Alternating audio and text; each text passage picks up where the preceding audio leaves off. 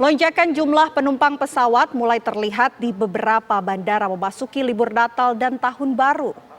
Di Bandara Soekarno-Hatta, Banten, jumlah penumpang pesawat terpantau melonjak 20%. Sedangkan di Bandara Yogyakarta International Airport, pergerakan penumpang dan pesawat juga meningkat 5 hingga 10%.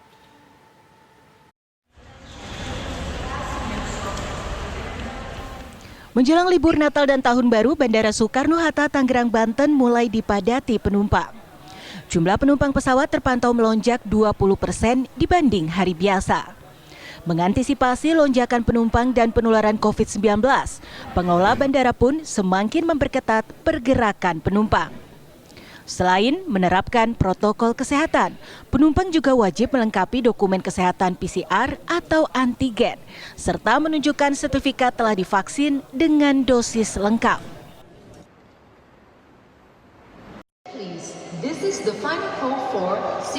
Lonjakan jumlah penumpang juga mulai terjadi di Bandara Yogyakarta International Airport (YIA) di Kecamatan Temon, Kabupaten Kulon Progo, Yogyakarta. Pada masa libur Nataru ini, pergerakan penumpang dan pesawat diprediksi meningkat 5 hingga 10%. Jumlah penumpang pesawat yang tiba dan berangkat melalui Bandara YIA kini mencapai 7.000 sampai 8.300 penumpang per harinya. Sementara untuk pergerakan pesawat yang sebelumnya 36 pergerakan, kini mencapai 46 pergerakan pesawat. Pihak Bandara YIA memprediksi puncak libur Natal terjadi pada 24 Desember 2021 mendatang dengan perkiraan jumlah penumpang bakal menembus 10.000 orang. Sebagai langkah antisipasi penyebaran virus COVID-19 di tengah lonjakan penumpang, manajemen Bandara YIA memperketat pelaksanaan protokol kesehatan di seluruh area bandara. Dari Tangerang, Banten dan Kulon Progo, Yogyakarta, Rusdi Muslim, Ari Wibowo, TV One mengabarkan.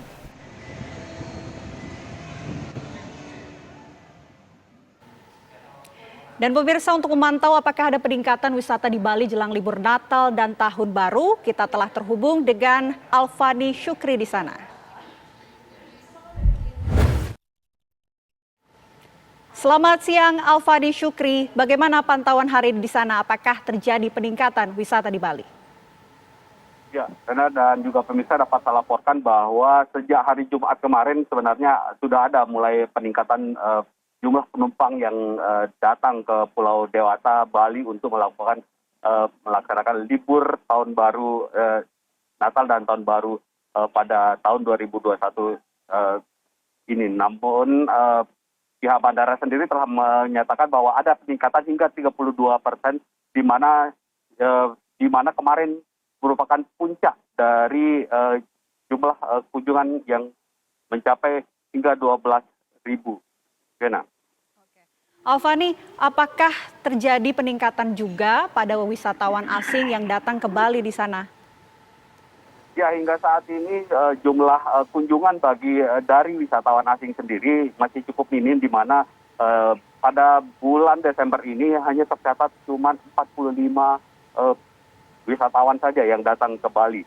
Namun lonjakan yang cukup signifikan hingga 32% terjadi pada jumlah wisatawan lokal, di mana pada wisatawan lokal yang berasal dari Jakarta, Surabaya, Bandung, dan juga Makassar menjadi pendominasi dari para wisatawan lokal yang datang ke Bali. Adapun ada persyaratan yang harus yang disiapkan oleh para wisatawan domestik sendiri, yakni merupakan bagi mereka yang sudah memiliki sertifikat vaksin 2 kali, mereka cukup menggunakan tes antigen. Namun bagi mereka yang belum memiliki sertifikat vaksin hingga 2 kali, mereka harus menyiapkan surat atau tes PCR terlebih dahulu.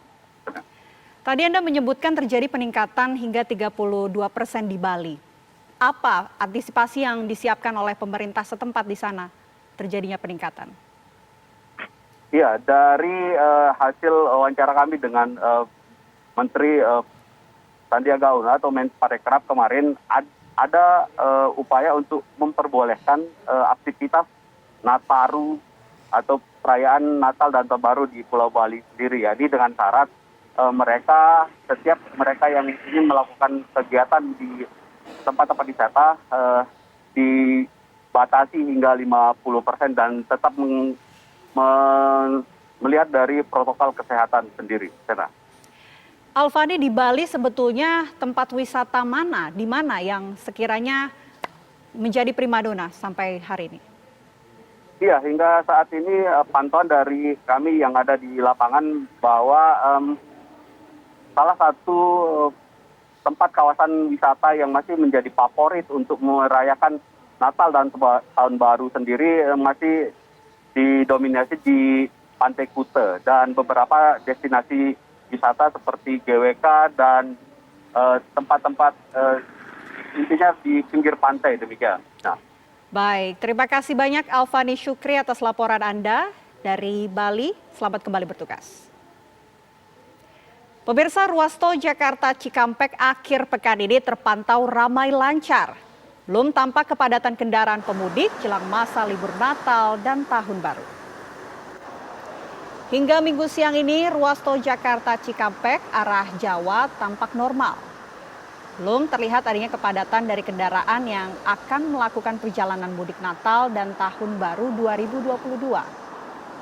Momen libur Tahun Baru 2022 diperkirakan akan dimanfaatkan masyarakat ibu kota untuk mudik ke kampung halaman, terutama setelah dicabutnya rencana penerapan PPKM level 3 pada masa pergantian tahun.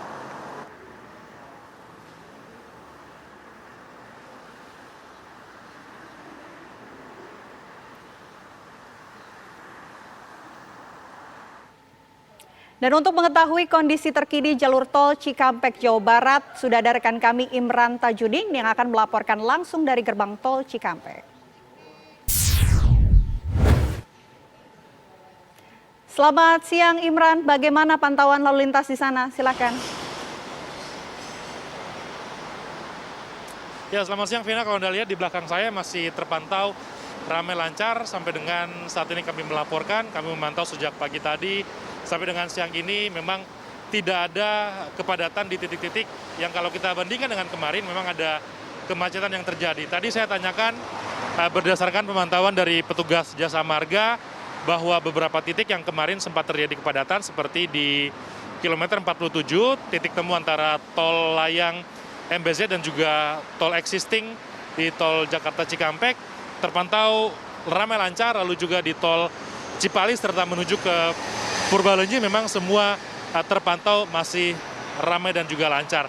Berbicara soal kemungkinan adanya peningkatan jumlah kendaraan yang akan menuju ke arah timur dari Jakarta melalui tol Jakarta Cikampek, ini memang diprediksi akan terjadi di pekan ini, mengingat tanggal atau juga cuti bersama yang akan mulai diambil atau juga terjadi pada tanggal 24 dan juga tanggal 25 atau hari Jumat dan Sabtu pekan ini. Sehingga nanti akan ada antisipasi-antisipasi yang tentu akan dilakukan oleh pihak Jasa Marga dan juga pihak pengelola tol layang MBZ. Kalau Anda lihat di belakang saya ada beberapa mobil yang sudah berjaga, baik dari pengelola tol, dari juga Jasa Marga. Jika suatu ketika ada kemacetan yang terjadi seperti hari kemarin, akan dilakukan penutupan atau juga diskresi-diskresi yang akan memperlancar jika ada kepadatan seperti kontraflow dan juga buka tutup rest area. Kalau kita lihat kemarin memang ada kepadatan atau juga kemacetan sepanjang 5 km di tol, baik itu di tol existing Jakarta Cikampek maupun juga di tol layang MBZ. Terutama karena biasanya memang ada titik pertemuan antara pengendara dari lajur bawah dan juga jalur atas yang bertemu di kilometer 47. Lalu juga kemarin sempat ada truk mogok atau kecelakaan yang terjadi di kilometer 56, sehingga sempat dilakukan diskresi melakukan kontraflow dari kilometer 53 sampai 61, ada 8 km kurang lebih kontraflow untuk kemudian mengalirkan kembali kendaraan. Jadi itu nanti kurang lebih upaya-upaya yang akan dilakukan oleh pihak pengelola tol untuk mengantisipasi jika nantinya ada lonjakan jumlah mobil atau juga kendaraan yang akan melintas di sini.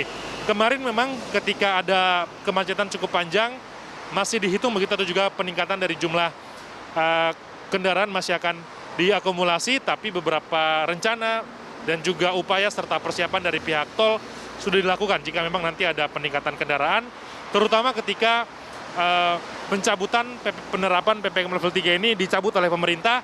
Ini diprediksi akan ada penumpang atau juga masyarakat yang akan berangkat dari wilayah Jabodetabek atau aglomerasi yang menuju ke wilayah timur seperti Jawa Barat, Jawa Tengah, dan juga Jawa Timur. Seperti itu Vina, kondisi terkini di tol Jakarta Cikampek. Saya kembalikan ke Anda di studio.